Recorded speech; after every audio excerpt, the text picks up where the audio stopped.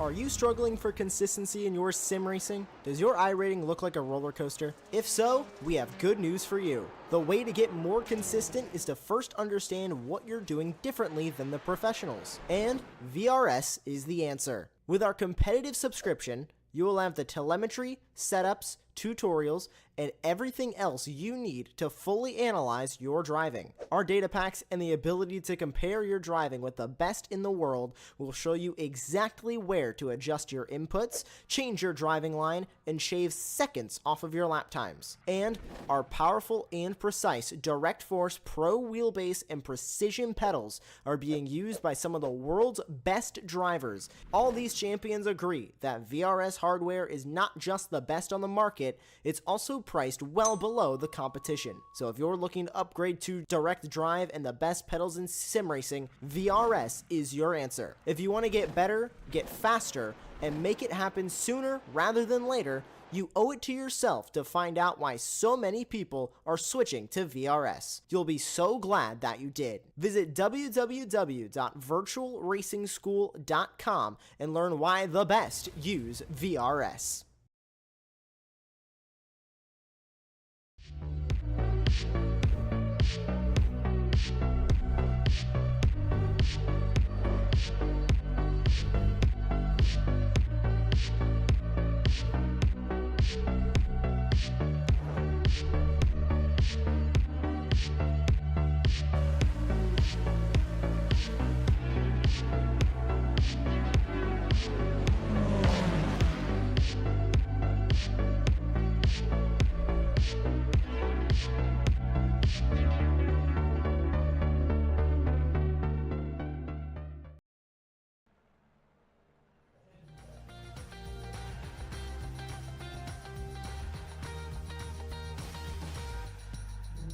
Well, hello and good evening, everybody. Welcome back to Apex Racing TV, and welcome back to the Operation eMotorsports iRacing League. This is round number 3 of the season, coming to you today from Canadian Tire Motorsports Park.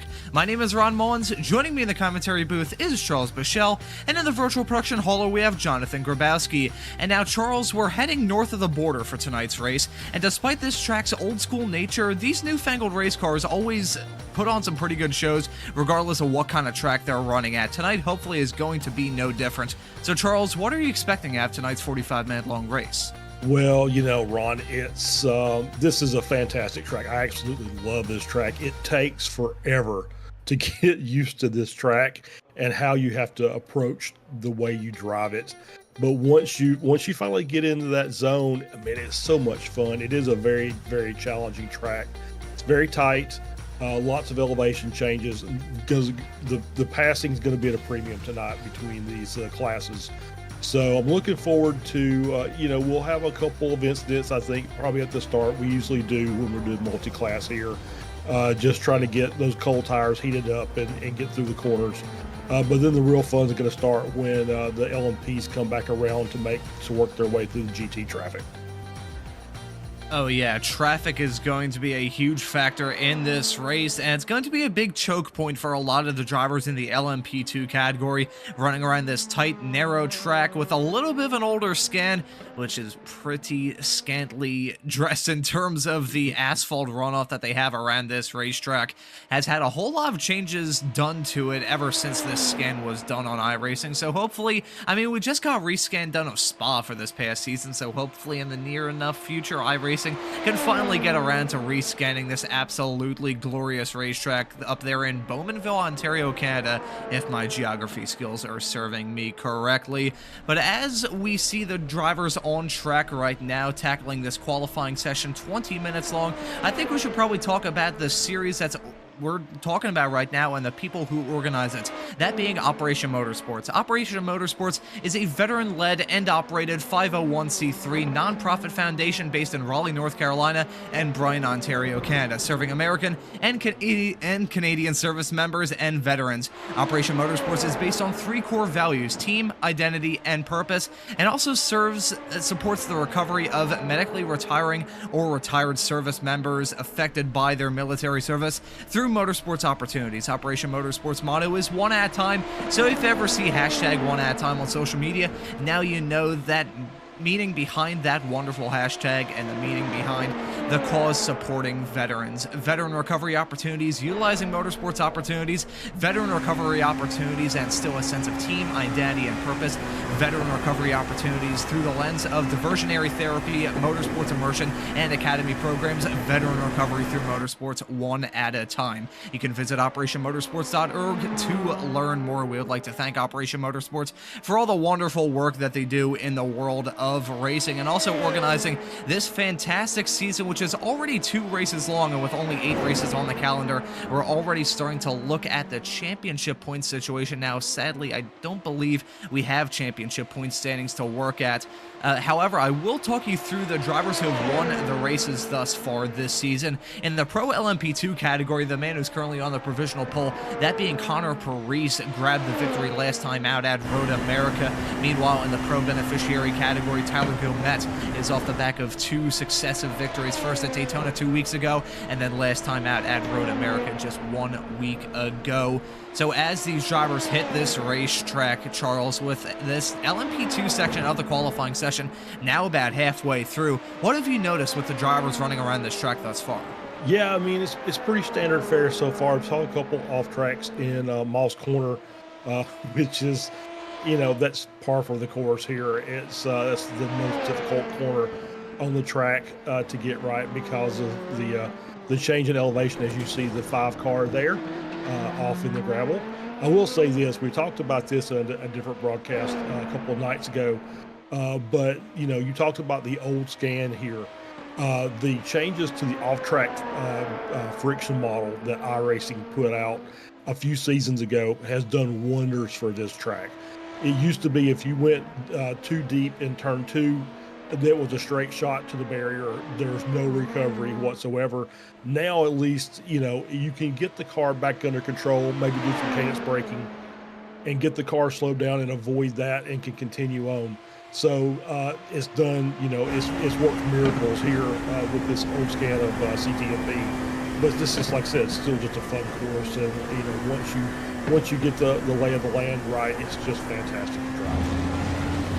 Yeah, that's a big thing when it comes to this racetrack, is just settling into a groove. It's like playing a record on record player. Once you get it into that groove, it's going to sound beautiful. And once you get settled into the groove around this racetrack, you are going to have a fantastic time running around this track with only 10 corners in all. A somewhat simple track with a whole lot of twists and turns, and even the Mario Andretti straightaway, which is by far the longest flat-out blast around this lap, that's not even straight either. It's got 2 corners in the midst of it, so these drivers tackling the tough challenge at CTMP. Currently 5 LMP2 cars out on the track, and it's actually the driver that took the first checkered flag of the season, that being Skylar Vickroy, running in the Pro LMP2 category. He snatched his way onto the provisional pole at a 106.754. We'll see if that time can be beat by the likes of Connor Parise in second, or even third in the Pro LMP2 category. Meanwhile, the overall fastest time is still Vickroy in the Pro Beneficiary category. Meanwhile, it's Meismer and Gilmet running first and second in the 2 cars that we have in Pro Ben LMP2. But as these drivers hurl their way around this racetrack, it is absolutely beautiful seeing some fast sports car action around this track. Of course, IMSA makes a yearly jaunt to this circuit every single season, and I always look forward to seeing that race, even though we don't have the GTPs on it anymore. Kind of gave us a good idea as to what to expect out of the racing action here from Operation eMotorsports tonight. Yeah, absolutely. And, we talked about this in the last broadcast, how the lap times were a little spread out, but not tonight. I mean, you're looking at in the pro category, it's basically 0.4 of a second between first and third, and the Pro Beneficiary class is a dead heat down to the thousands. So we talked about Meismer and Gilmet during the course of the season, how they've been basically neck and neck. Gilmet's had the upper hand as far as the wins, but now Meismer moves up by 200ths. So it's going to be another battle between those 2 guys from start to finish, as it looks. These drivers starting up their last laps in this qualifying session. Of course, 20 minutes in all is this qualifying session. However, it's split in half with the 5 LMP2s taking to the track right now and the massive GT3 field that we have with the beneficiary and open categories soon to hit the track in just a couple of moments time. But with only 1 minute left on the clock for these LMP2s, it is crunch time, and you can see these drivers are pushing it to the limit and then some. Gregory Meismer is putting together a good qualifying lap, as is Connor Parisi. He rounds his way around the final corner. It's not going to be an improvement. Actually, it is going to be an improvement. Our live timing screens were a little bit deceiving at first. He jumps up to provisional pole at a 106.6. We'll see if Skylar Vickroy is able to improve. Meanwhile, Gregory Meismer in the pro beneficiary category, he jumps up to provisional pole in that class at a 106.7, which is currently quicker than Vickroy running second in the pro LMP2 class. But as these drivers set their final lap times and are destined for a trip back to pit lane to bring their qualifying session to a close, that was a terrific lap from Paris in the dying stages of this qualifying session, slipping in right under the radar. I didn't even recognize a lap that he was putting together. Set the fastest middle sector around this racetrack, and that seemed to have helped him out a whole lot, as it looks like, unless we have some sort of major drama involving the likes of Skylar Vickroy or Gregory Meismer, that's going to be Paris grabbing the pole. Yep, Meismer and Vickroy are still on the lap. Meismer will be, he's like, as you see, coming down the back stretch to Mario Andretti straight to make those last final couple of corners. And it looks like he's backed out actually there. But I think Vickroy's also still on the lap, so we'll see if he looks like he's on pace. So we'll see if he's going to get one last shot in here, or if he's just basically coming back to the pits. We'll know here just very shortly. I believe he may be coming down pit lane. We'll see from Skylar Vickroy. I don't believe he would be allowed by race control to finish this lap that he's currently on, because as you can hear from the rumbling of the engines, the GT3s have hit the racetrack. So that does it for the LMP2 portion, and it's Connor Paris, the driver that won last time out at Road America, grabbing the pole overall in the LMP2 category and the pole in a pro. Meanwhile, in pro beneficiary, Meismer, who's been in contention with Guillemette so far this season to try and grab the wins in that class, just hasn't come up at the checkered flag to be able to contend with Guillemette. However, he's been battling. Those two drivers have been going side by side throughout a decent chunk of the two 45-minute races that we've had thus far this season, but Meismer is going to have the upper hand, grabbing the pole in the pro beneficiary category. And now, as this field is getting ready to get this GT3 portion of this qualifying session underway, I think we should talk about one of the fantastic partners that Operation Motorsports has, that being CrowdStrike. CrowdStrike is a proud partner with Operation Motorsports to advance their mission of empowering military veterans through motorsports. Their support extends far beyond traditional funding, addressing critical business needs and enabling Operation Motorsports to focus on key engagements, outreach, and expanding veteran opportunities. This foundational support ensures that Operation Motorsports can effectively deliver its programs and create meaningful experiences for veterans in the racing world. Additionally, this partnership helps facilitate the integration of veterans into prominent roles within IMSA and the SRO, including becoming crew members, taking crew member positions, and also being part of marketing teams as well. CrowdStrike also engages in employee resource group organizations and volunteers in supporting Operation Motorsports at various SRO races and contributing to the building and distribution of veteran and family care packages as well. This collaborative effort enriches the motorsports community while providing valuable career and support opportunities for veterans. We'd like to thank CrowdStrike for being one of the proud and very generous partners of Operation Motorsports. Really, without them, it would not be possible, and we've mentioned this every single time we mention CrowdStrike and their involvement with Operation Motorsports.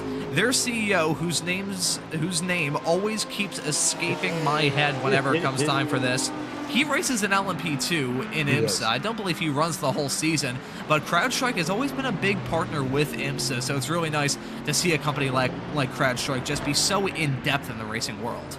Yeah, absolutely. I think you're right. I think he runs the endurance races, so he likes the big ones, so that Daytona, Sebring, and those. So yeah, you're absolutely right. And George Kurtz, is that right?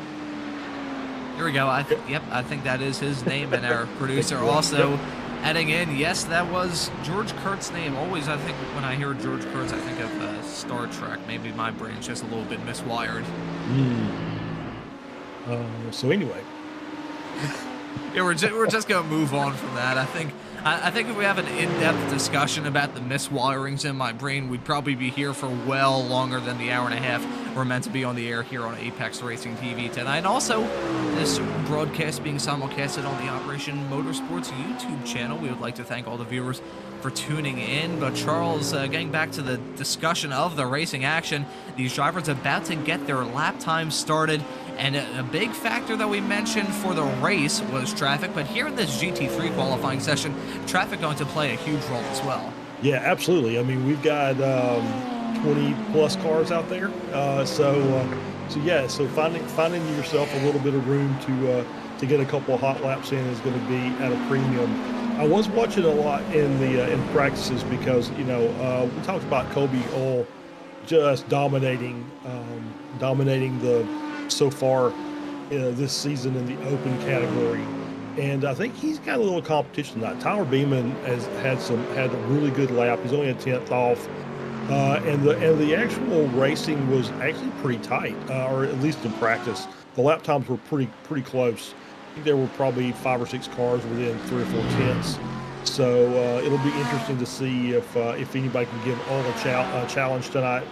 And then, of course, we've got Bell over in the beneficiary class, with a 3/10 gap over Mateo, but I think that'll be tightened up as well before we get done with qualifying. Right now, these drivers starting to get their first lap times on the board. It's still all at the front and open GT3 in front of Beamon and Schuring rounding at your top 3 in that class at the moment. Meanwhile, in the beneficiary GT3 class is currently this man Bell at the front with a 1 minute 17.769 in that BMW.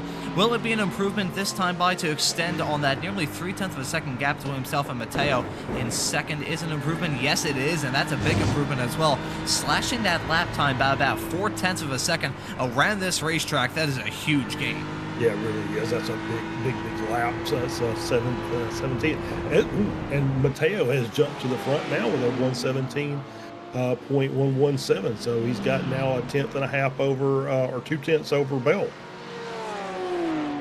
Yeah, these drivers starting to shave 10ths of seconds off their lap time. They're trying to figure out where the grip is around this racetrack.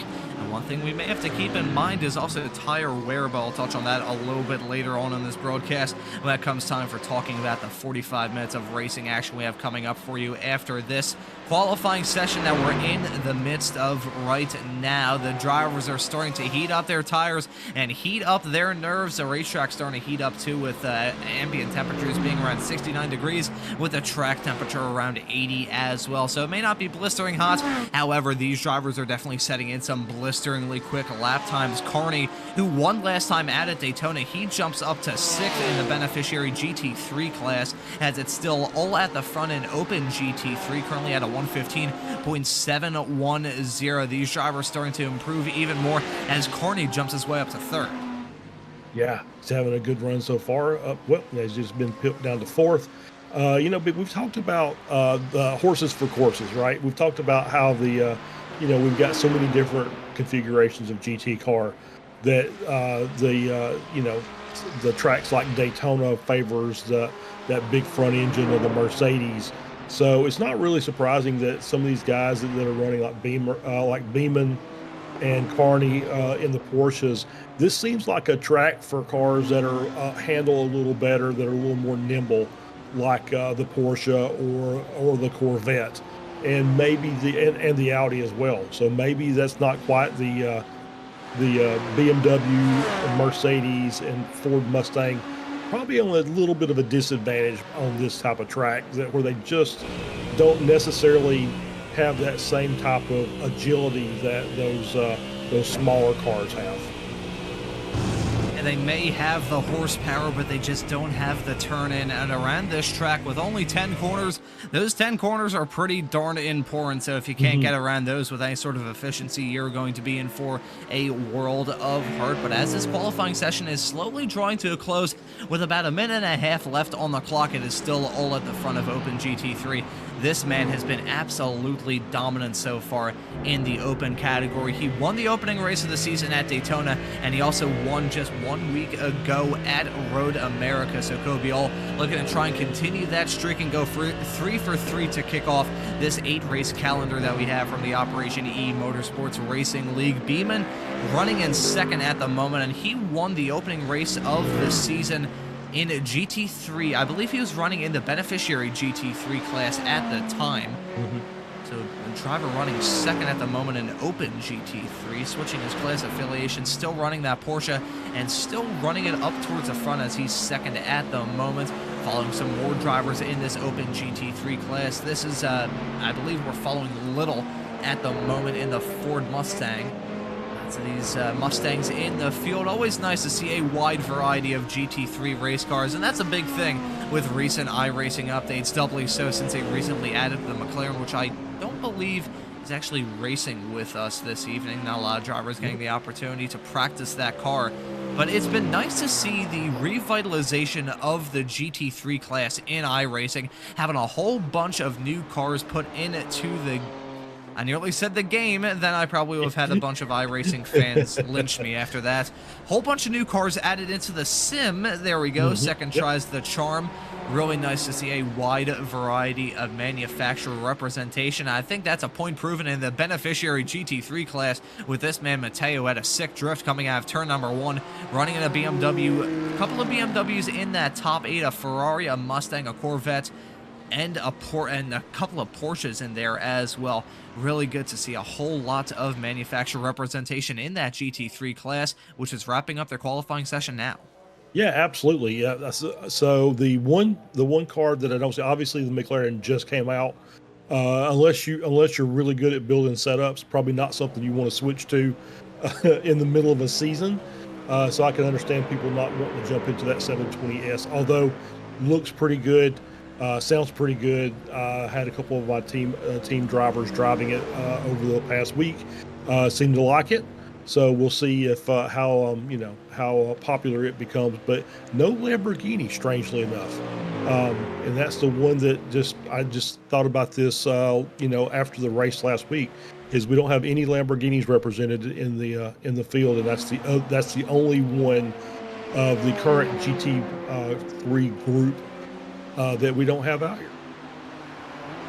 And I believe, unless I'm very much mistaken, the Lamborghini is now one of the oldest GT3 cars still on the iRacing platform. So maybe iRacing could maybe get around to updating it. I believe it may be the same base car that's still running in real life. But if they want to add in a new and really anticipated GT3 car into iRacing, I have a suggestion here. It's a manufacturer, starts with L and ends with Xs. I'll just leave it at that. But as this field, starting up the Lexus debate once again, as this field has been yoinked back to pit lane, we'll bring up the starting grid in just a couple of moments. Time for what we're expecting is going to be a dramatic night of racing action here from round number 3 of the Operation eMotorsports iRacing League at Canadian Tire Motorsports Park. Here's the starting grid, and it's going to be the Pro LMP2 driver of Connor Parise off the back of a victory just 1 week ago at Road America. He is going to be starting from the pole with another LMP2, albeit a Pro beneficiary LMP2, that being Gregory Meismer joining him on that front row. Skylar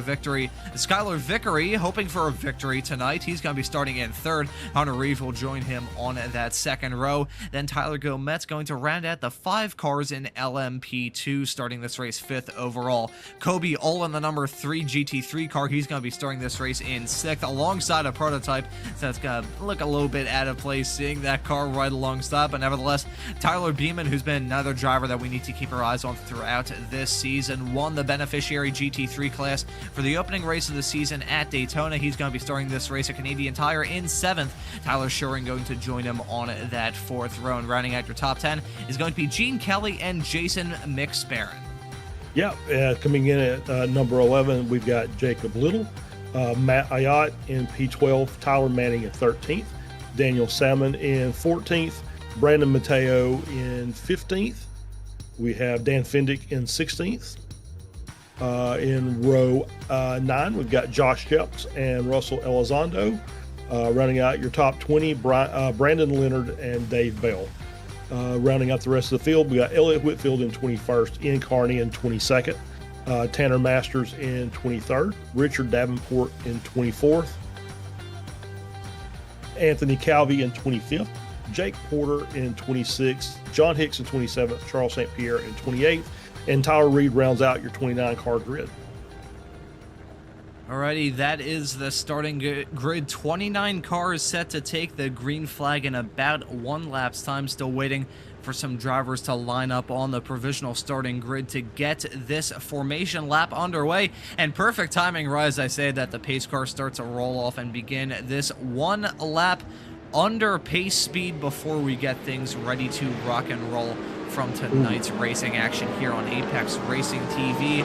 I think while we're in the midst of this pace lap, we should probably talk about one of the other fantastic partners that Operation Motorsports has, that being Advanced Sim Racing, because on top of the valued support from CrowdStrike, Advanced Sim Racing is committed to supporting Operation Motorsports through their generous contributions to their fundraising efforts and programs. In 2023, ASR donated a high-quality sim rig to Operation Motorsports Giving Tuesday's online auction, helping them raise funds for their impactful initiatives.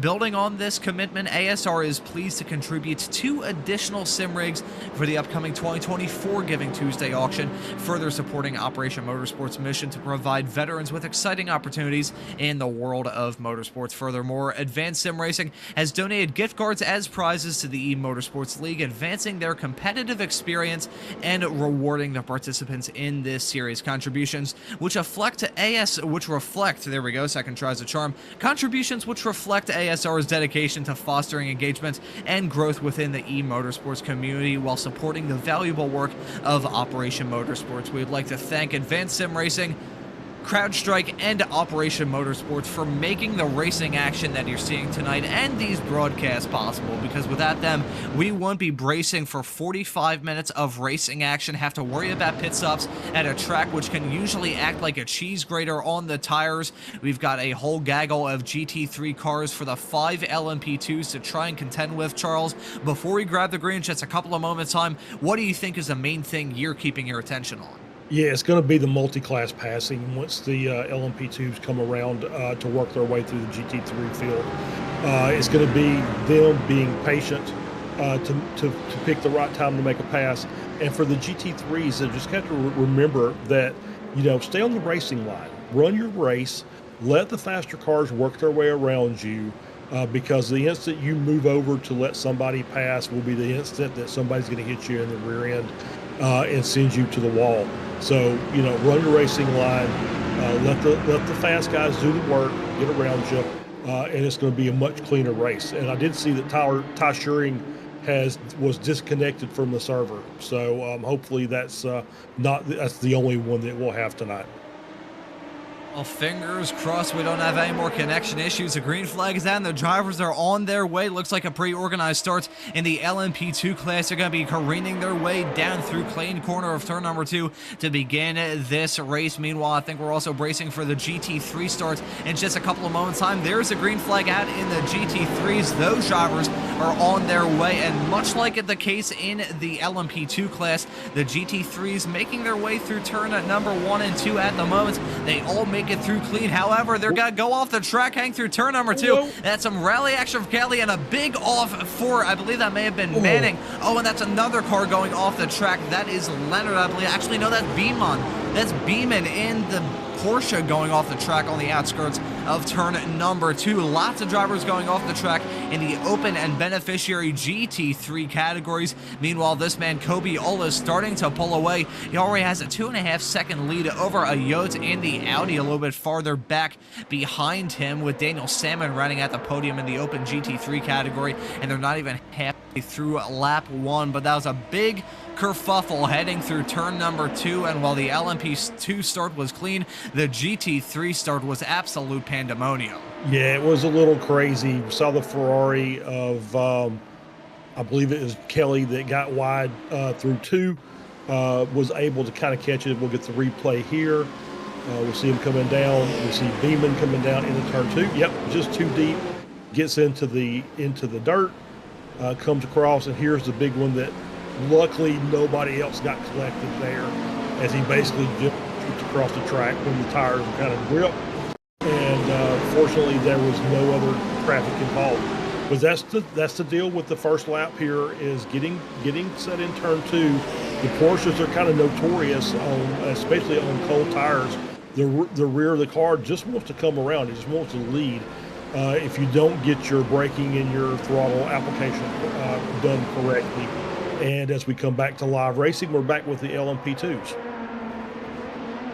I gotta say, as much as Gene Kelly may be kicking himself after that mistake at the very beginning of the race, I feel like part of him has to be very happy that he rejoined the pack a little bit farther in the back, because if he was in the mid-pack at that very point in time, he would have gotten involved in that big bit of contact. Looking at that replay, I believe what happened was Beamon made contact. I believe it may have been with Jason McSparron. That's off track for Meismer in the Pro Beneficiary category. So Meismer, the driver that started this race on the front row and at the front of the Pro Beneficiary LMP2 class, he's just had a major moment heading through Quebec corner. That's turn number 3, and that has relegated him down to 5th overall, 5th of the LMP2 cars, and 2nd in the Pro Beneficiary category. But wrapping the bow around the storyline surrounding that drama at the very beginning of GT3, I believe what may have happened there was Jason McSparron got hit by Tyler Beamon and took a one-way trip into the outside tire barrier, which, let's face it, in iRacing, the tire barriers are made out of the matter of white dwarf stars, as that's a little bit of running wide action and a spin for Russell Elizondo. That's in the 101 Porsche. He's gone for a spin. This, I believe, is in the final few corners of the lap. He's now trying to get back turned around. I believe that may have been heading through turn number 10. I'm not entirely sure. Maybe gotta find a replay to see exactly what happened to the driver of the 101 car. I think this may have been heading through 2 and 3. Yeah, coming through 2 and 3. So far so good there. And maybe some contact from the Ferrari behind. Couldn't really tell from that angle. Might have been a punt, but once again, that's turn 2, especially for the Porsche, is just so tricky. So, and I know this from experience because I've tried to drive that Porsche around this track, and I'll stick with something else. Thank you very much. So yeah, you could just kind of see it, just kind of trying to work his way through and hold the throttle, and then the Ferrari just carrying too much speed, maybe makes contact in the back, or he loses on his own. Either one of those is possible. I think we got a whole lot of action that's happened thus far in this race. I'll tell you what, we got some lap traffic action as well, and a battle developing at the front of Pro LMP2. Riding on board with Skylar Vickery behind the wheel of the number 28 ZFG Racing entry. Vicroy running in second, currently behind Connor Parise. Both of these drivers have grabbed victories thus far in the very early stages of this season. Will Vicroy be able to get a move done on Parise in the near enough future? They've got lap traffic working against Parise, but also working against Vicroy if he judges it a little bit wrong.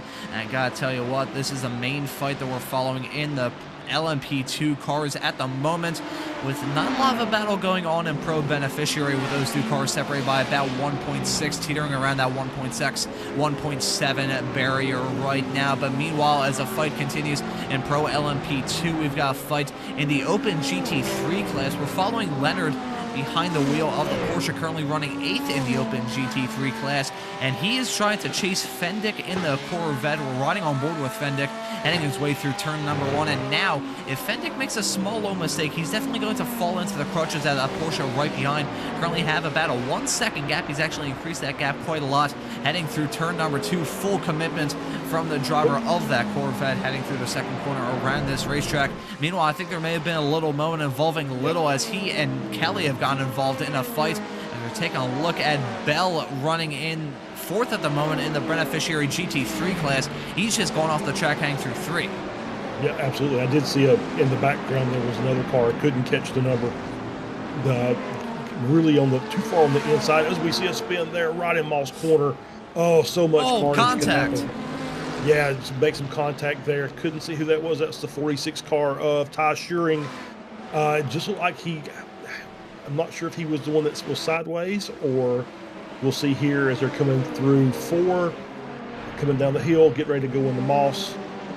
And yep, just too much speed, loses the rear of the car, and that is the one place you don't want to be, is on the exit of that corner.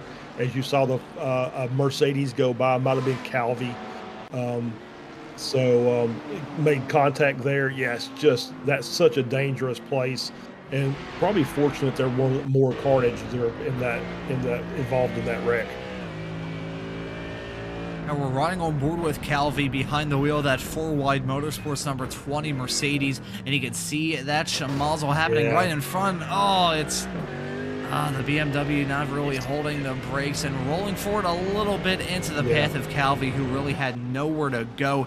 That section is narrow enough as is. Even the runoff area is not very expansive around that racetrack. But, that is so tough for all the drivers involved in that incident, especially considering that's coming less than 10 minutes into a 45-minute long race. Yeah, absolutely. And this is every instinct you have as a driver is, I'm sideways, I need to move so I don't get run over. And generally what happens is you move and get ran over.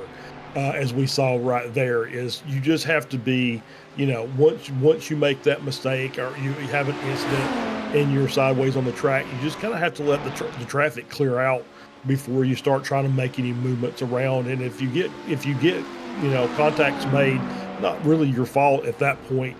You've done everything you can to make sure that there's a lane for cars to get around you, and you're not trying to become a moving chicane in the middle of that corner. And there's many scenarios in which you can have a sketchy call dealing with traffic, or even just dealing with cars in your own class. We've already seen that thus far with that schmozzle heading through Moss, and we've already seen a run of the cars through lap traffic. And I'll tell you what, throughout that, the gap between Parise and Vickery hasn't really decreased, as Bell has gone off the track yet again. That is another spin through turn number 3. So for the driver who started this race, he's gone off the track yet again. The BMW has had a torrid time of things thus far. Dave Bell behind the wheel of that 313 car in the beneficiary class ran wide heading into coming out of turn number 2, and then a quick spin heading through 3. I'll be honest, folks, and say that I'm not really a GT3 racer. I've tried driving these cars around a whole different variety of racetracks.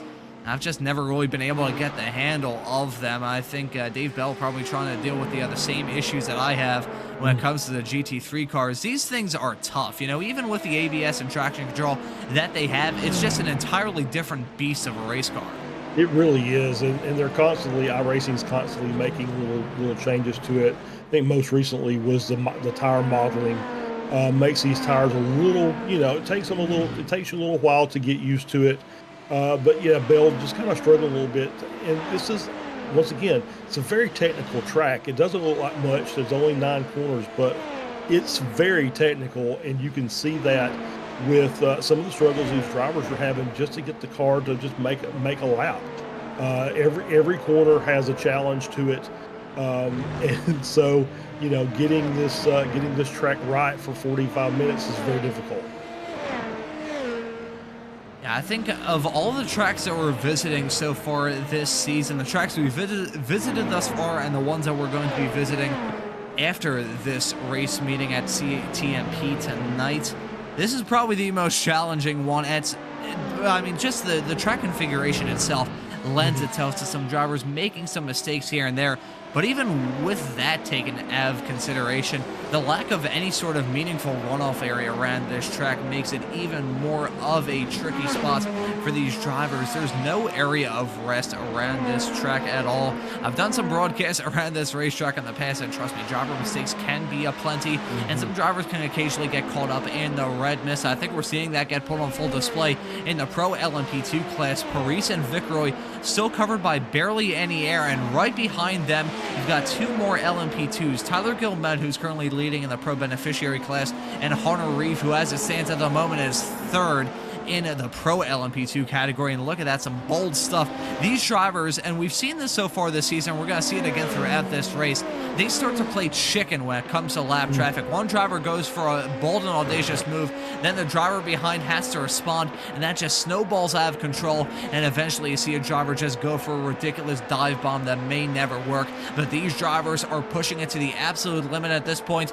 They don't see that there's a whole lot of time left to go. We only have 12 minutes on the clock of this 45-minute long race, but these drivers are treating it like we're coming to the checkered flag in a couple of moments' time. Yeah, absolutely. As an LMP2 driver, that's really what you have to do. Is you have to be aggressive, but you have to know there's just some places here that you should not try and make a pass. Right? Is once you get too deep into the corner there at Moss, just let the GT get through there, and then you worry about them on the exit. So as you can see, these guys, you throw a blanket over them, they're completely, nose to tail.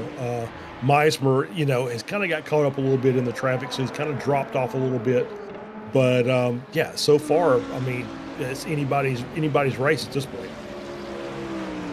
Yeah, it is entirely up for debate as to who is going to walk away from this race with a checkered flag in any of the classes. As it stands at the moment, the driver that started this race from the pole, Paris, is still leading it in the Pro LMP2 category for now, at least, because he has got a whole lot of challenge right behind him. He's got Skylar Vickeroy and this man Tyler Gilmet, who we're riding on board with right now. They may have gone a big checkup heading through 3, and now we're going to see some side-by-side action nearly going down the hill, heading their way through Moss right now. That was a near disaster between Gilmet leading in the Pro Ben GT LMG. Oh, wow, I can't even speak right now.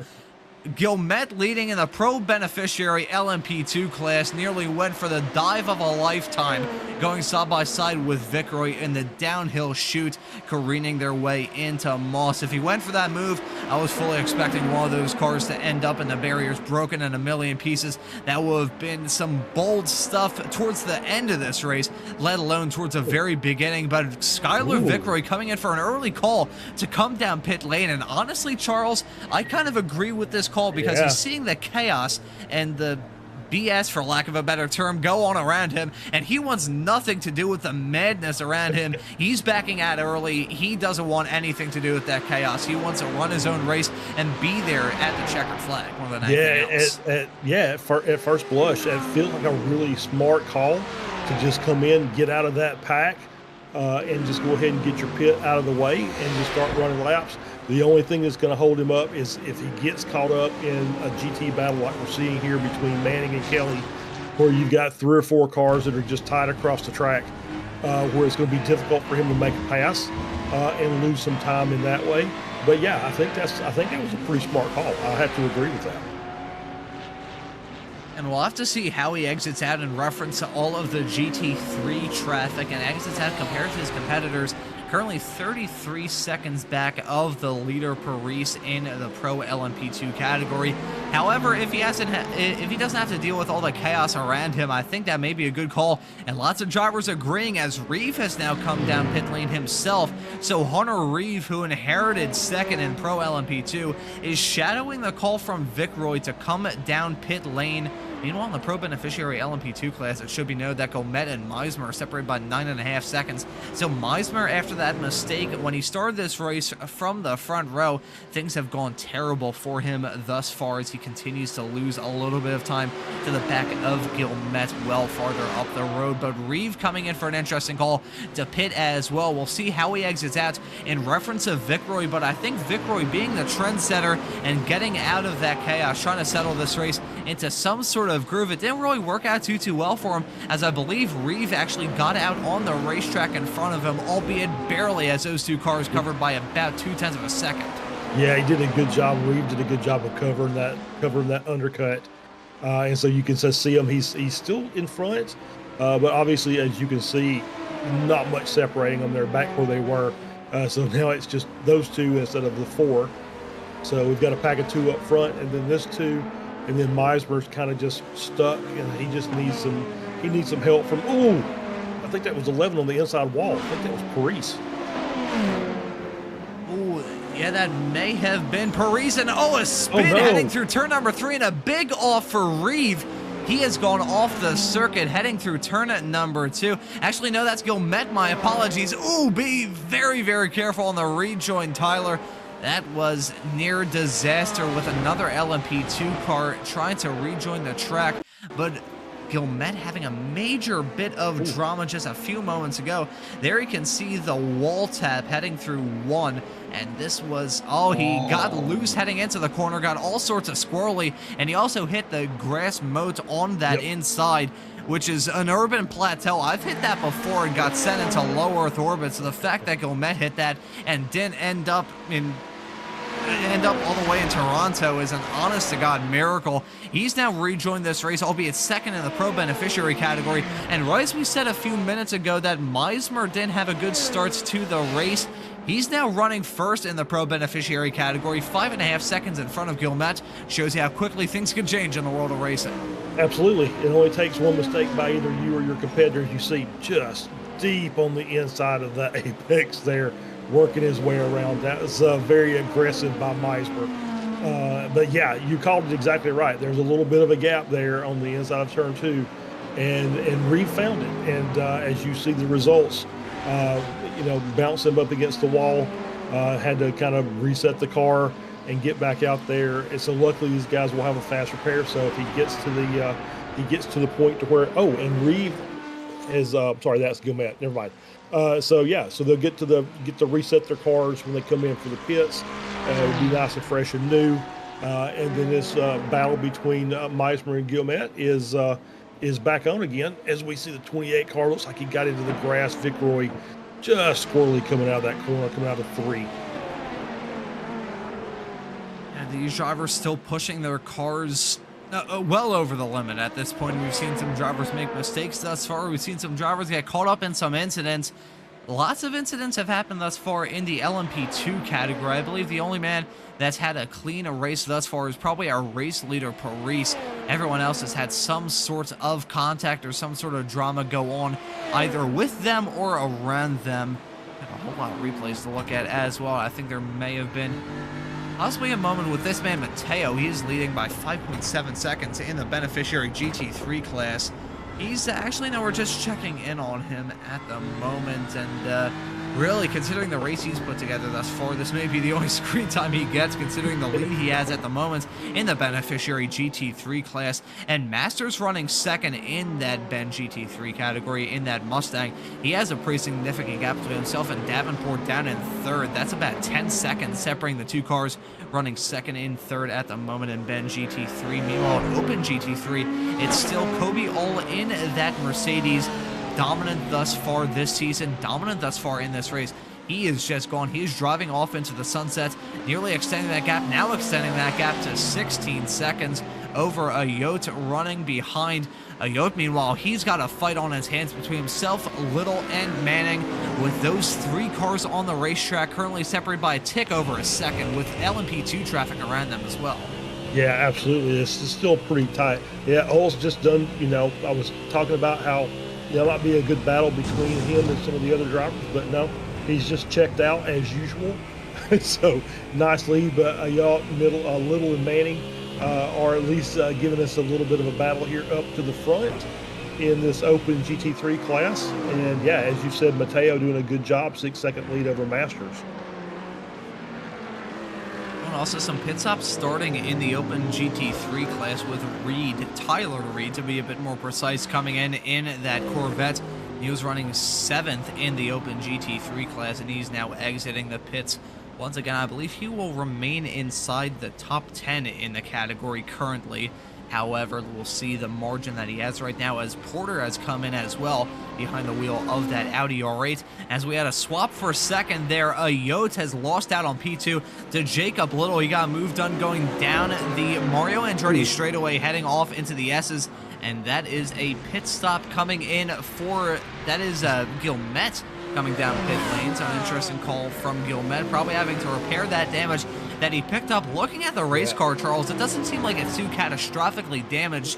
Ayot, meanwhile, has a little bit of damage on the front. I was going to say, I didn't notice that earlier from Ayot. Did he have an incident somewhere?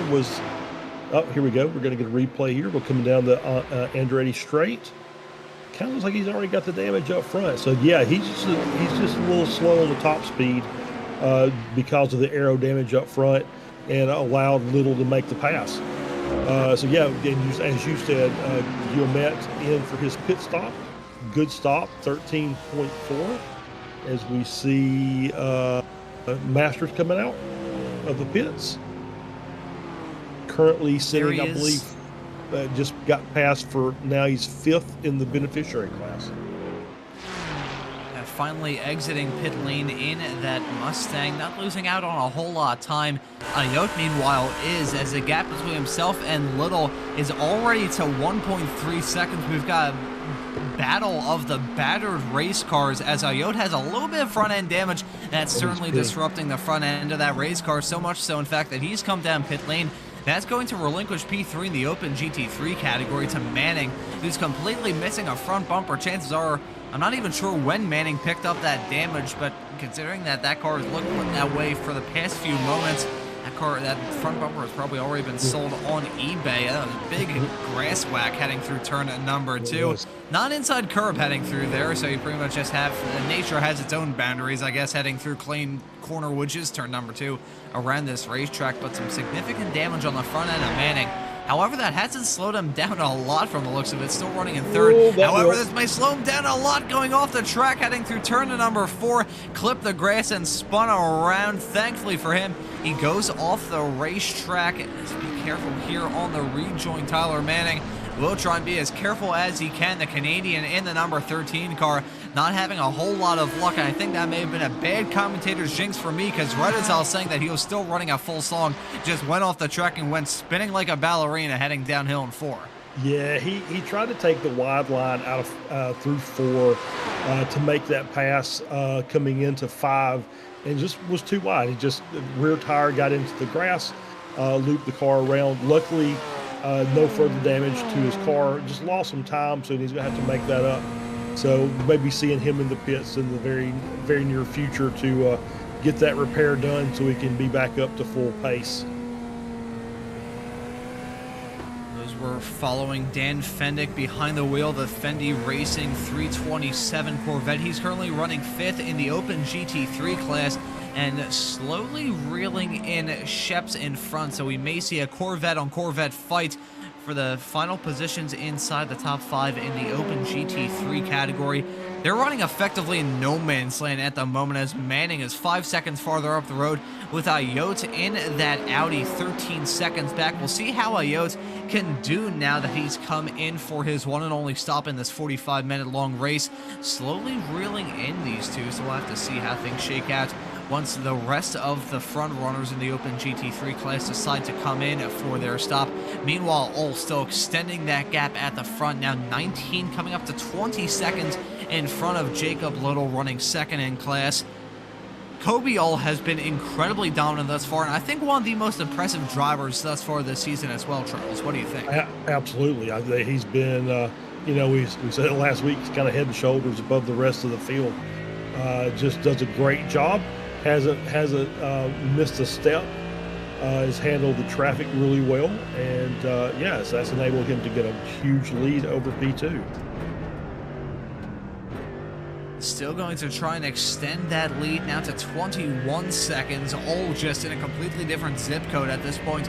I believe at the moment he is still the leader just generally of the GT3 cars. So this man has been incredibly fast thus far this season. Yes, he is the overall leader in the GT3 class, so he'd be on track to finish 6th at the moment, unless one of the LMP2 contenders has some sort of major drama between now and the end of this race, which is coming up in less than 20 minutes time. And this race is absolutely flown by. It's still Connor Parise leading this race overall in the Pro LMP2 category. That car has been on rails so far today. Looking to continue that streak still. Most of his competitors have already come in for their pit stops, though, so we'll see how things shake out once he decides to come in for the one and only pit stop in this 45-minute long race. With a 27-second gap between himself and P2 in class, it's looking pretty good for Parise to go 2 for 2. Yeah, it is. It looks like it might be his to lose. Just kind of looking at the gap between Meismer, who's leading the beneficiary LMP2 class, and Guillemette. It's going to be if Meisner has a similar stop to what Gomet did, it's going to be very tight between those two guys again for the remainder of the race. So that'll be something we'll have to keep an eye on once Meisner comes in for his pit stop. And that's a big thing that we've seen so far this season from the Pro Beneficiary LMP2 class, Charles, is these drivers, they tend to be well spread apart during the first half, but then when those pit stops start to come around, they either spread out or close right back up. It's been a case of, it's been a tale of two halves, really, when it comes to that Pro Beneficiary fight in most of the races we've had thus far this season. They're either close in the first half and spread apart towards the finish, or they're spread apart towards the start and close up towards the checkered flag. So we may see another case of deja vu in that Pro Beneficiary LMP2 category. It's been up and down as well for those two drivers, because Meisner running into some difficulties at the start, and then Guillemette having some big troubles of his own. It's been up and down in that Pro Beneficiary LMP2 category. So we're going to see if Guillemette can try and continue that clean streak of races thus far, or if Meisner may have his number here at CTMP. Yeah, we'll have to wait for that pit stop to find out. It's a nice battle that we had there on the screen with Schuring was battling with Carney, I believe. And so now we're with Tyler Manning, still running with the contact between Manning and Mateo, and that was the leader of the beneficiary class that was involved in that incident. Oh, and hopefully he doesn't have any sort of major damage on that race car. He didn't hold the brakes and backed it into the outside wall. Doesn't look like there's any sort of aerodynamic damage, but with the way that he hit, there could be some suspension damage, as I saw another GT3 car go off as we took a look at this replay. You could see he took a shallow line heading into the corner, and those two cars really just drifted into the path of one another, and you could see Mateo backing it into the wall. That was a little bit unnecessary for him. I think it may have caused a lot of harm to his chances, as Guillemette has gone for another spin. Once again, an off-track excursion for him heading through turn 3. He wasn't alone, though. Who was that? That was possibly Bell. We'll take a look at the replay to see what happened heading through turn number 2. But another incident involving Guillemette, and for the first time in this race, it is a lap traffic schmozzle. Yeah, it just,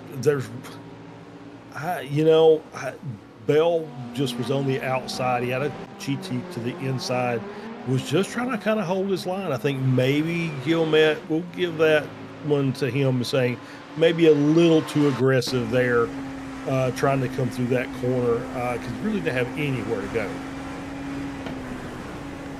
An unfortunate incident for all the drivers involved. Yeah, if you're on the outside there at turn 2, it's so difficult to hold that outside line, and I think Bell just maybe a little scared, maybe just tapped on the brakes a little bit, Guillemette, not expecting that at all, and contact. So we'll say racing incident. We won't give any blame to anybody there. Yeah, honestly, I feel like that judgment is quite accurate from you there, Charles. I've done some officiating for some multi-class sports car racing action in the past. That's also broadcasted here on Apex Racing TV every single week. But in an incident like that, if you can't really determine blame between one driver or another, if it's like, yeah, both drivers really contributed to the incident, that's a sort of incident where you kind of have to call it a racing deal. And unfortunate for both of the drivers involved, that both of them, I believe, picked up damage. And with the aero sensitivity of these modern day sports cars, you really have your race ruined with a small little bit of aerodynamic damage, either the front, the back, or the sides of any of these race cars that are thundering around this track still, with less than 15 minutes on the clock now, Charles.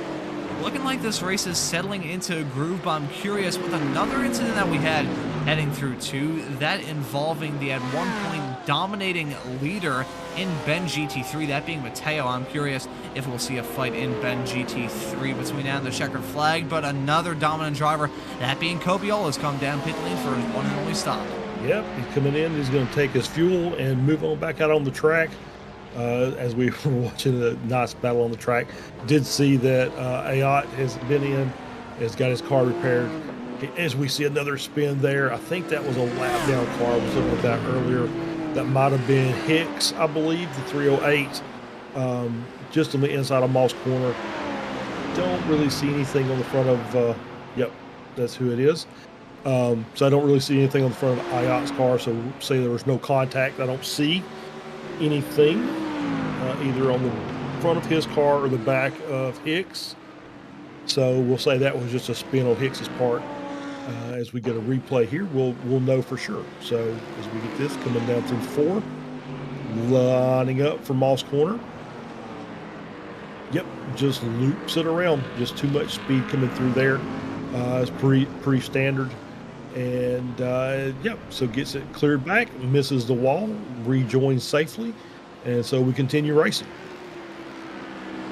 Yeah, that was a very apropos way to describe that incident, Charles, breaking up with the source on this broadcast tonight with the use of the term apropos. But that was a pretty accurate way to describe that, because Moss Corner is just so challenging in all sorts of race cars, because you've got this downhill blast heading into the corner. You're still turning as you're starting to scrub off speed and hit that brake pedal. Really tricky to try and keep that car going in a straight line through the braking zone. And then just the corners themselves are so tough, especially the second part of Moss, which is so hard to psych out, pretty much entirely blind. Elevation change, a bumpy track surface, no real runoff area to speak of. There's just so much stuff working against those drivers heading through that corner. That was just the first incident, well, not the first incident that we've seen heading through that corner thus far this evening. Connor Parise is still dominant in this race right now, 21.9 seconds in front of Reeve. However, he hasn't come in for his pit stop yet, Charles, so I think that Parise may have a little bit of trouble on his hands when he decides to come in for the pits like he is now. Yeah, I think it was a good call. He was kind of stuck in a little bit of lap traffic there. So you know what? It's about that time. We're at the 33-minute mark. These cars will go a little bit further as far as time goes, because they're not on the throttle nearly as much at this track as they are at others. So they can those fuel stints can last a little bit longer, but I think he's pretty close to the end of what he's got left, and my guess is Meismer's probably going to be in either this lap or next also. And that pit stop has given the lead of the race to Reeve, and you can see Meismer trying to deal with the traffic. That, I believe, may have been Sheps that he just had to deal with heading through turn at number 3. Not exactly sure who that was. I know it was a Corvette for sure, and that was an incredible, I believe, yeah, looking through, yeah, you may, actually, I think that may have been possibly Tanner Masters, possibly. Maybe. Yeah, I know Reed has that kind of that silver paint scheme, but I don't know if he's the only one that does. Yep. That is Reed. I'm not sure that was the car involved in that. Either way, it was a very close call. I think it may have been Fendick, possibly, because I know them and Sheps had a battle not terribly long ago, as Meismer has come into the lead from the front of the Pro Beneficiary LMP2 category. He has a 50-second gap over himself and Tyler Gilmette, so we'll see if he's going to be exiting out with a very comfortable lead once again, or if some major source of drama is going to ruin his chances. Reeve is still out there on the racetrack. He's inherited the lead in the final 10 minutes. This is looking very good for Hunter Reeve at the moment. The driver who's yet to take a checkered flag thus far this season, going to try and do so here at Canadian Tire Motorsports Park. But knowing my luck, I just said that, and I probably just jinxed his chances. It's possible. So yeah, it's he's done a great job. He hasn't really made a mistake during the course of the race, and that's what's kind of earned him the race lead. And yeah, 9-second gap between Meismer and Gilmette.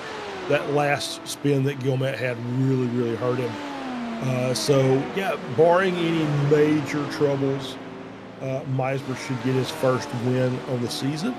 Of course, we've still got about 9 minutes left in the race, so still, things can happen. Yeah, a lot of stuff can happen between now and the checkered flag. We've seen some stranger things so far this season.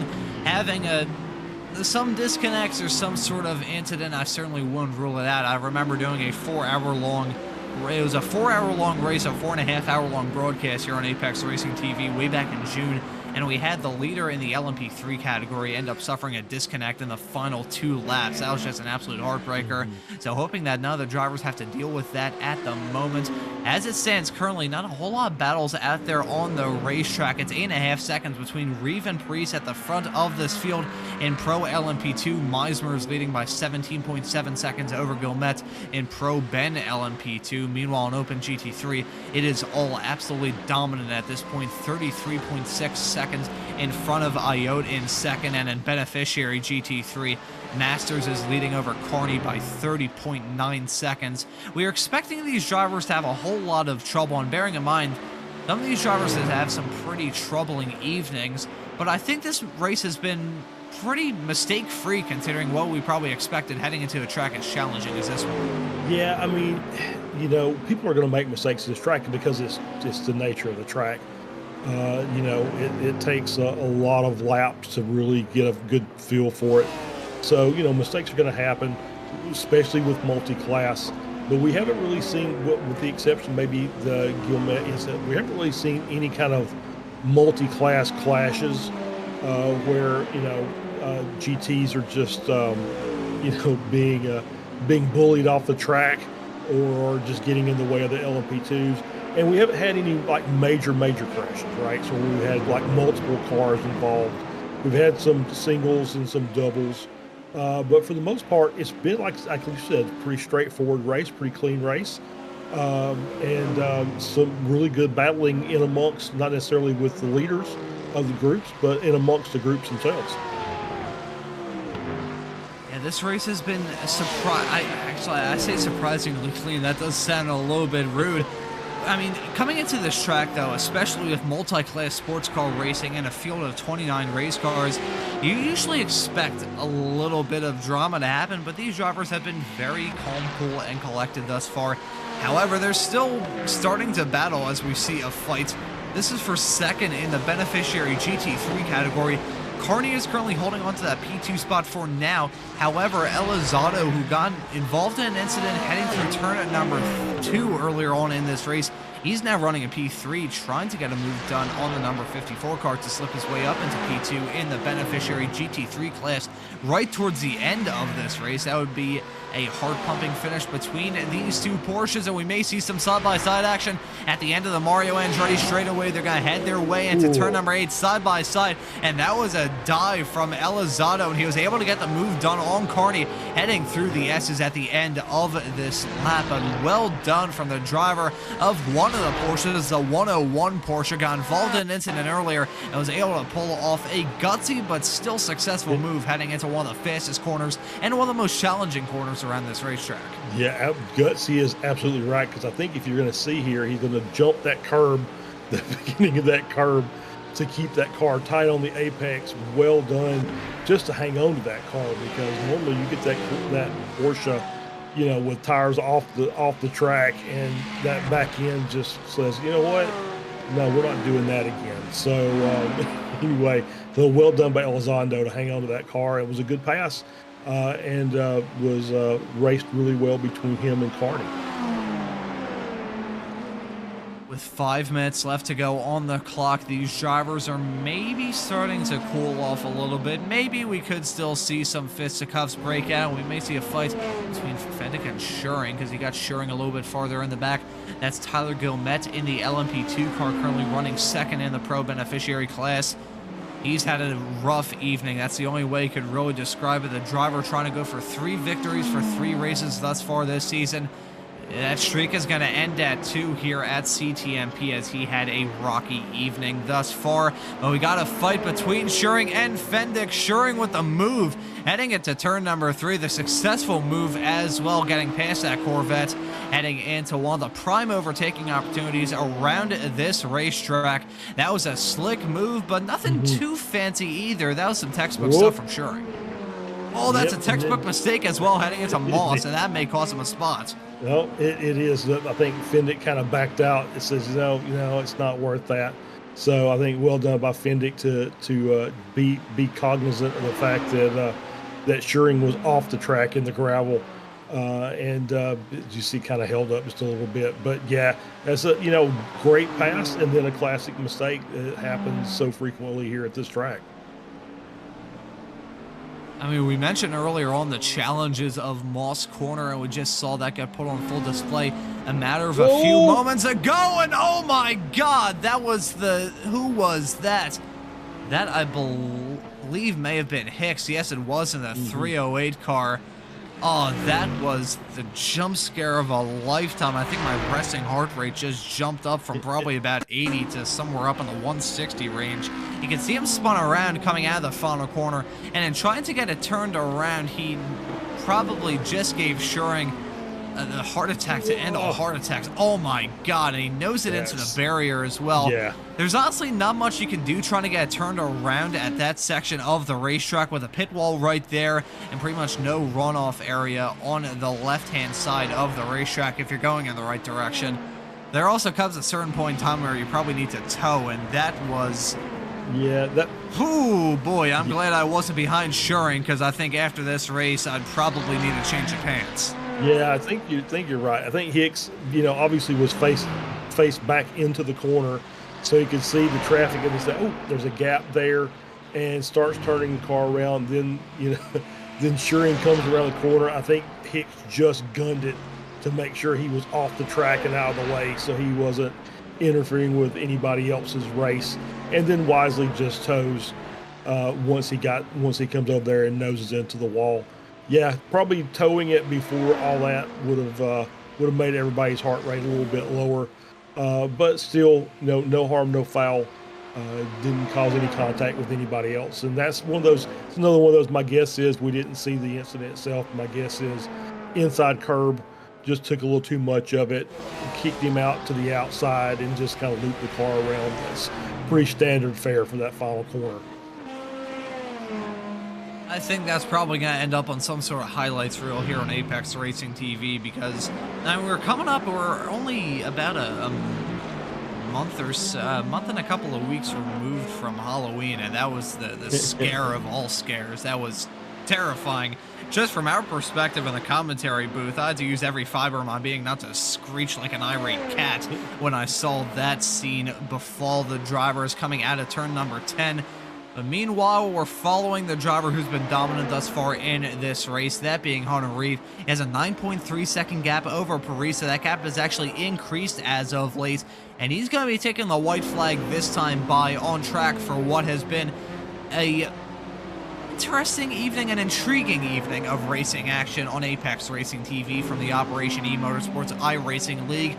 Only the third race of this season, and we're going to keep the streak alive of 3 different winners thus far in the Pro LMP2 category, unless he gets involved in some lap traffic drama. That was a close call for the driver in the number 44 car, lost out on a little bit of time, but thankfully he has about 8 seconds in his window. And who was then? The BMW that just took a one-way trip off into the gravel. That was Schuring. Yes, it was Schuring. There we go, the driver of the BMW who got that move done on Fendick not terribly long ago, just went off the track heading through 3. This had to have been some sort of hardware failure, some major source of drama for Schuring. As he just went, actually, no, you could see the 308 car of Hicks kind of running, meandering around the racetrack. He went into the grass, and that got him all sorts of squirrely, and the marbles on the grass on the outside of turn 3. That upset his car all sorts of ways, and that's going to cost him a P7 spot. The second time Schuring has had to deal with the 308 car in just as many laps, so unfortunate for those two drivers to see each other on the racetrack again. Meanwhile, at the front of the field, Hunter Reeve is going to take the checkered flag in dominating fashion. He wins it overall and wins in the Pro LMP2 category. Connor Parise, who had a very good shot to go 2 for 2 here from the Operation eMotorsports Racing League, is going to finish in P2. Then Skylar Vickroy, who opened up the season with a victory at Daytona, is going to round out your podium in 3rd. Meanwhile, Kobial takes a checkered flag with, I think, the biggest gap he's had so far this season. Now about 42 seconds between himself and Little. Kobial has been a force to be reckoned with thus far this season. Meanwhile, for the first time, it's not Tyler Gilmette winning in the Pro Beneficiary LMP2 class.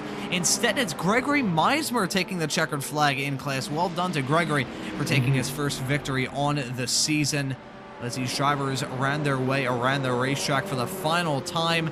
I think they may have heard our comments about the drivers making it through this race clean and decide that we need a few more incidents to spice up the final 10-ish minutes of the race. Yeah, maybe so. And if you were watching at home and you noticed the timing tower flipped and the beneficiaries moved up to the top, it's because Greg Meismer also set the fastest lap of the race. So congratulations to Greg for that.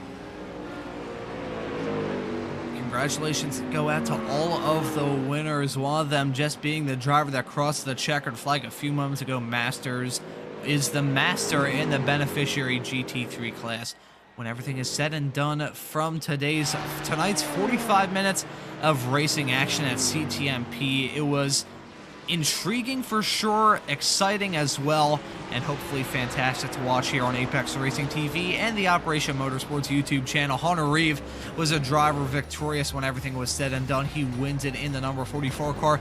Connor Parise going to finish right behind with Skylar Vickroy running at your podium in third. Then the Pro Ben drivers of Gregory Meismer, he finishes in fourth, top running Pro Ben driver, and everything is said and done. Gilmet ends up in fifth. Kobe All, who we just saw burn it down on that start-finish straightaway, is going to finish in sixth. Jacob Little in seventh. Tyler Manning in P8. Josh Sheps in ninth. And then Matthew Ayotte in that Audi is going to round out your top 10. Yeah, absolutely. Tanner Masters takes the beneficiary class win in GT, finishing 11th overall. Tyler Reed in 12th. Dan Fendick in 13th. Ty Shearing in 14th. Brandon Leonard in 15th. Russell Elizondo gets P2 in the beneficiary class in 16th. Ian Carney gets P3 in the beneficiaries in 17th. Anthony Calvi in 18th. Jake Porter in 19th. Brandon Mateo rounds out P20 and rounded out the grid. Dave Bell in 21st. Jason McSparron in 22nd. Carl St. Pierre in 23rd. John Hicks 24th. Richard Davenport 25th. Daniel Salmon in 26th. Gene Kelly 27th. Elliott Whitfield in 28th. And Tyler Beeman is 29th. And most of those drivers towards the tail end of the running order were drivers that got a piece of that lap 1 turn 2 drama. Tough for Beeman. He was having a pretty good race, but then things didn't really go to plan for him. But Charles, we got some drivers in the interview waiting area. Our winner in Pro Ben LMP2, Gregory Meismer, being one of them. Would you like to have a chat with the driver taking his first checkered flag of the season? Absolutely. Let's talk with Greg. Greg, congratulations. First win this season in the Pro Ben class. Pretty straightforward for you. You got kind of left at the beginning, but you stayed steady and you stayed clean. I think that was a difference in your race. Yeah, we talked about it last week, right? Like, just try to go long on fuel and save the tires and stay out of trouble, and it ended up working out. It absolutely did. Yeah, so I think that was trouble was the kind of the key word for most everybody else in the LMP2 class. I think everybody got a little bit of piece of it, but like I said, you managed to stay clean and get your first race win. So I'm just going to ask. Oh, and I don't know if you noticed this or not, but you also had the fastest lap of the race. I definitely did notice right there at the end. I was pushing for it for the extra point. But yeah, I don't know where my fast laps came from, because I was definitely not running like that in practice. Yeah, it was. I was actually, it was pretty impressive that the whole LMP2 class, both the pros and the Bens were all pretty relatively close together. Yeah, times were tight. Times. Yeah, times were tight this time. Yep. And it ended up being, I mean, I'm saying this because I won, right? Like, but it ended up being a fairly good race today. Absolutely. So we'll get you give you a chance to thank some people, and we'll let you get on your way. Thank you. Yeah, I'd like to again start out by thanking Operation Motorsport for putting the whole thing on. You guys over here at Apex Racing for giving us the broadcast. SRO for sponsoring. There's loads of stream sponsors here. ZFG, my race team, also Core Motorsports and IMSA. They've been making me feel like family. So yeah, thanks. All right, Greg. Thank you. Congratulations. Thank you. And that was Gregory Meismer, who takes his first checkered flag of the season. I'm sure Greg is going to be very happy with the result that he picked up. And the driver that he had to battle with throughout that entire race was Tyler Gilmette, who joins us now in the commentary booth. Tyler, it was a hard-fought night of racing action from your perspective. Talk us through the race that we just saw at CTMP. How do I describe that one? Exciting. Hopefully it was enjoyable Eventful? for you guys. Very eventful. Tight, bumpy, some contact. Yeah. It was, I can say for a decent chunk of the field, it was a scrappy evening. Lots of you drivers were wheeling those cars to the absolute limit. And towards the very start, we saw a lot of drivers pushing these race cars to hell and back. It was, those first like 15 minutes were just absolutely insane. When the first runs through traffic started, it was just pure pandemonium all around the racetrack.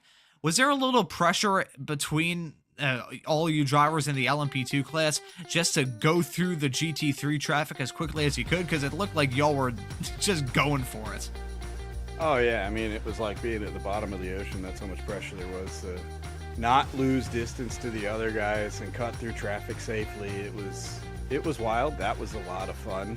I think we had some good back and forth and spreading out and closing back up, and that was great. It was a pretty hard-fought night of racing action for a lot of the drivers, yourself included.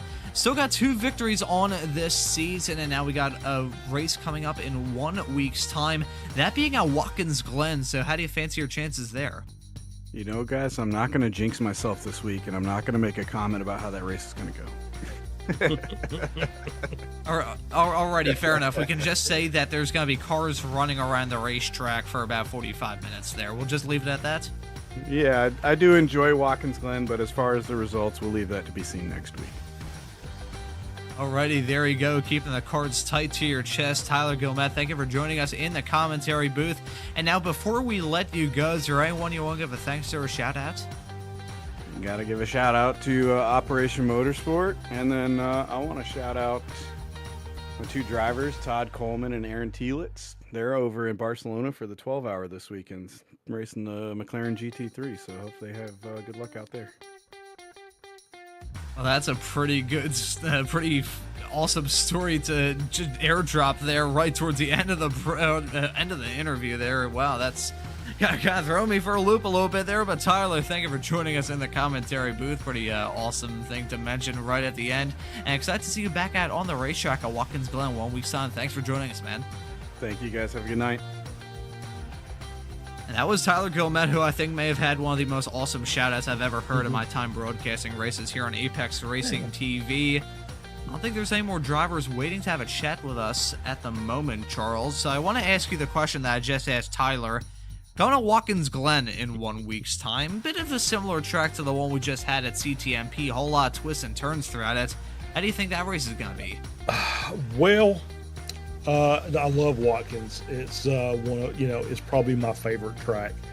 And I did look at his debut layout. So we have the inner loop / bus stop / nasty little chicane coming out of that second stretch of straightaway, which is always problematic, right? That's kind of the focal point of the track as far as where passes will be challenged, and that's where most people will end up getting in trouble, because you'll end up either not taking enough curb or taking too much curb. You're hitting the inside barrier going into the bus stop. You're diving the cars. LMPs will be trying to make passes there, and so the first lap is always the S's because of side-by-side racing in the S's, which is almost impossible on cold tires.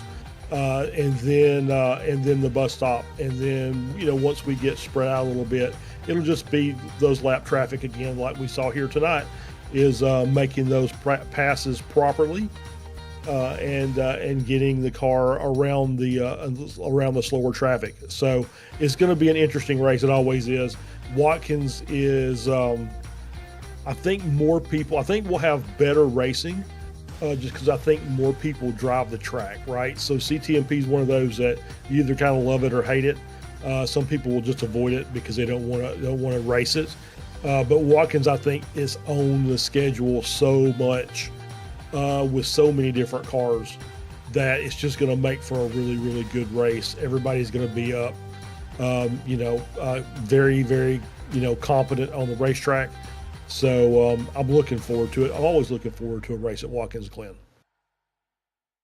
And that's just going to be one of the wonderful tracks that we'll be visiting throughout this season. Of course, kicked the season off on August the 27th at Daytona. 1 week ago, we raced at Road America. Tonight, we raced at Canadian Tire. In 1 week's time, we're going to be at Watkins Glen to wrap up the first half of the season. Then we're going to be visiting Road Atlanta, Spa on October the 1st, then a 1 week break for Petit Le Mans, followed by the final duo of races at Sonoma and Sebring. So we've got 8 races of fantastic racing action here from the Operation eMotorsports Racing League, and some fantastic racing action all around the clock here on Apex Racing TV. Gives you more of a reason to subscribe and hit that notification bell so you never miss any of the racing action. But I think for this broadcast from tonight, that will just about do it. So for myself, Ron Mullins, Charles Bichelle joining me in the commentary booth, and Jonathan Grabowski doing a wonderful job working all the cameras at the virtual production hauler, I say thank you all so very much for watching. Have a great rest of your night, and I'll see you all wherever it is in the not too distant future.